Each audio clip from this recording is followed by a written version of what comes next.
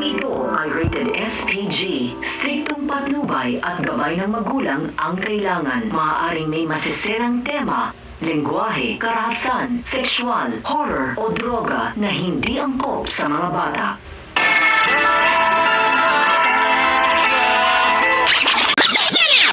Ang mga dapat nating abangan sa FPJ's Batang Quiapo. Gagawa nga ng paraan si Mokang para matulungan si Tanggol. Talaga naman nasaktan itong si Mokang habang nakatanaw kay Tanggol na isinasakay ng sasakyan at nakaposas ang mga kamay nito upang dalhin nga ito sa piitan. Kaya naman ipinangako niya sa kanyang sarili na gagawin niya ang lahat para matulungan si Tanggol dahil siya daw umano ang dahilan kung bakit ito nangyari sa kanya. At si Ramon nga ang naisip ni Mokang na pwedeng tumulong kay Tanggol.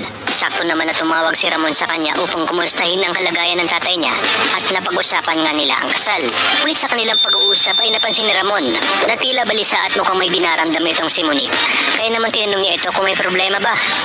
Sagot ni Mokang na meron umano siyang problema at ito nga ay ang kaibigan niya si Tanggol. Kailangan umano ng tulong dahil hinuli umano ng mga pulis. Laking gulat ni Ramon nang marinig niya ang pangalang Tanggol dahil ang akala ni Ramon ay may masamang nangyari sa anak niya. Samantala pinapunta naman agad ni Ramon si Mokang sa mansyon para mapag-usapan umano nila ang kanilang kasal at ang problema nito sa kaibigan niya si Tanggol. Sa kanilang pag-uusap nga ay mas naging interesado si Ramon na malaman ang problema nito sa kaibigan niya si Tanggol. At habang sila ay nag-uusap ay nakaagaw pansin naman ng paglabas sa balita dahil nasa balita si Rigor Di Magiba at ang pagkakahuli nito sa kanyang anak na si Tanggol. Nagtaka naman si Mokang sa naging reaksyon ni Ramon nang makita nito ang balita. Kaya naman tinanong siya ni Mokang kung kakilala ba nito si Rigor at si Tanggol. Ngunit dahil nag-iingat pa itong si Ramon ay hindi niya sinagot ang tanong ni Mokang. Sa kabilang banda sinabi nga ni Mokang na kilala niya si Rigor Di Magiba at ang anak nitong nahuli ni Rigor. Ito man ang kaibigan niya si Tanggol. At ikinuwento pa ni Mokang kay Ramon na si Rigor mismo ang walang awang bumaril kay Tanggol at ito man ang gigil na ipakulong ito. Tinanong naman ni Ramon si Mokang kung pangilang anak umano ni Rigor itong si Tanggol. Kaya't sinabi ni Mokang na ito ang panganay na anak ni Rigor Di Magiba.